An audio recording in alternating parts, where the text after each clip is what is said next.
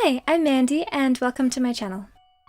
In honor of today being Halloween, I thought it would be fun to do a little review of the cult classic 2D horror game Corpse Party. Now this game has seen a lot of iterations over the years, which we'll discuss briefly in a sec, but today I'll be reviewing the 2021 PC version. Before we jump in, a couple disclaimers. Corpse Party is intended for mature audiences. The game portrays some dark themes relating to death, naturally, and different types of violence. While I won't be showing any explicit imagery in this video, the worst you'll get are some pixelated skeletons and some blood, the game does include some explicit text and images that some may find disturbing or uncomfortable. Just something to be aware of. So before we get into the review, I thought I'd give a quick rundown on the series because it can be a little confusing to know where to start with all the remakes and sequels and stuff. So Corpse Party was first released in Japan in 1996 for the PC-98. This first version was actually pretty different to the Corpse Party we know today. While core aspects of the gameplay remain the same, a number of key characters hadn't been introduced yet, and the overall storyline was a little different. These elements were first brought to the game in the 2008 PC remake, which was only available in Japan until quite recently. The first official Western release of Corpse Party was actually on the PSP in 2011.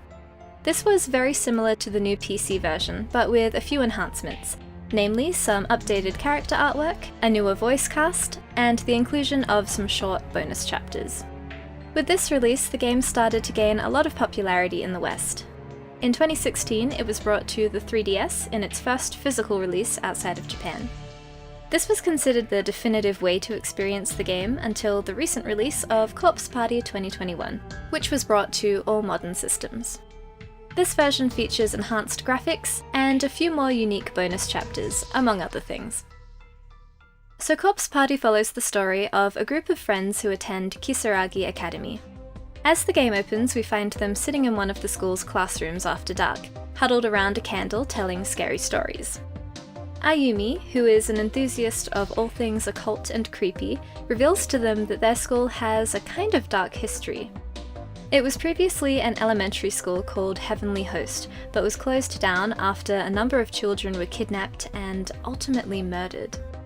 The school was considered cursed, and on the day before it was due to close, the principal threw himself from off the top of the building. One of the group's teachers interrupts the story, and after giving them a good scare, suggests it's about time they head home. But there's an air of sadness among the group. Tomorrow their friend Mayu would be transferring to a new school, so this would be their last time all together at Kisaragi Academy. As a last hurrah, Ayumi has an idea. On an occult blog she frequents, she read about a ritual called the Sachiko Ever After charm, and proposes that the friends, along with their teacher, perform it together, because why not? The charm has very specific rules. Everyone must hold on to a paper doll and repeat a certain chant one time for every person present, and then one additional time for Sachiko. Then they'll all pull on the paper doll, ripping it into 9 pieces. If successful, the charm will ensure they'll be together forever. What could go wrong? So they do the charm, and upon completion, a huge earthquake shakes the school and rips the classroom floor open. When it subsides, 2 of the students awaken to find themselves in an old-looking school building that appears to be falling apart. The others are nowhere to be seen. You guessed it, we're in Heavenly Host Elementary, or at least some messed up version of it. As it turns out, this place is a reconstruction of Heavenly Host, which exists on a different spiritual plane, conjured up by the ghosts of the children who died there. Students from schools all over have found themselves spirited away to this place, becoming trapped and ultimately meeting their demise, whether it be at the hands of ghosts, each other, or themselves. It seems the ghosts use it as a personal playground to torment those who are unlucky enough to find themselves here. As such, the school is full of lost spirits and, of course, lots and lots of corpses. So your objective in Corpse Party is twofold. 1. Find the rest of your friends, and 2. Escape from Heavenly Host. Early on, we're told that our friends are split up in groups, each existing on a different plane of Heavenly Host. The school acts as a nexus between the worlds, but finding a way to enter these different planes will prove to be a challenge. so we're already off to a bad start. In a way, they're racing against time. There's no food or clean water here, and the mental impact of being trapped in this environment is something that takes a great toll on the students who are brought here, which is something we learn pretty quickly from reading the manifestos left next to the corpses we find in the halls. Most of the gameplay in Corpse Party is in the form of free exploration. You'll interact with and collect important items around the school, which you can use to solve environmental puzzles. Occasionally you'll have to run away from ghosts, but most of the time you can explore the school at your leisure. As the story progresses, new areas will open up and old ones may become closed off, so it never really feels like you're given more than you need all at once.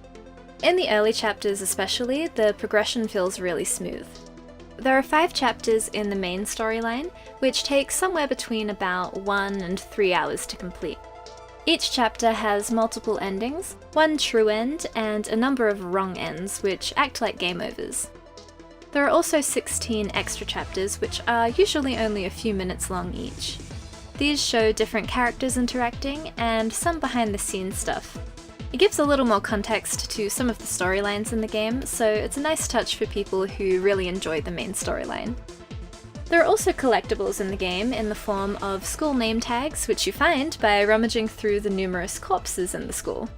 It's a little disturbing because you find yourself becoming excited whenever you find a new corpse, but, you know, it's par for the course in a game like this. So you may be wondering what the horror is like in this game. Overall, I'd say that Corpse Party is less jump scare type horror and more atmospheric suspense horror. I think its main appeal is more in the narrative than it is in the fear factor, which is what I always prefer when it comes to scary stories. The imagery used in the game isn't too confronting. There are bloodied corpses and skeletons throughout the halls of the school, but they're all pixelated, so it's not too unsettling. There are some CGs which are a little more graphic, but they're in an anime art style, so I personally didn't find it too confronting. Most of the game's gore is presented in written form, and this can actually get pretty graphic at times. So let's talk about my thoughts on the game. Now, a lot of Corpse Party fans praise the game for its compelling storytelling. I think the premise, while not extremely unique, is very interesting, and executed in a way that is accessible even for wimps like me. I enjoyed watching the story unravel, and the pacing was good for the most part. The game is pretty short. I think it took me about 12 hours to finish all the main chapters. While it wasn't too difficult to figure out how to progress for the most part, things started to get a little more convoluted in the last chapter. Without being too spoilery, there's a part where you need to enter a bunch of rooms in a very specific order. Going into room C at one point in time will be a dead end, but if you go there after going into room B, you'll find a new item that is integral to the plot.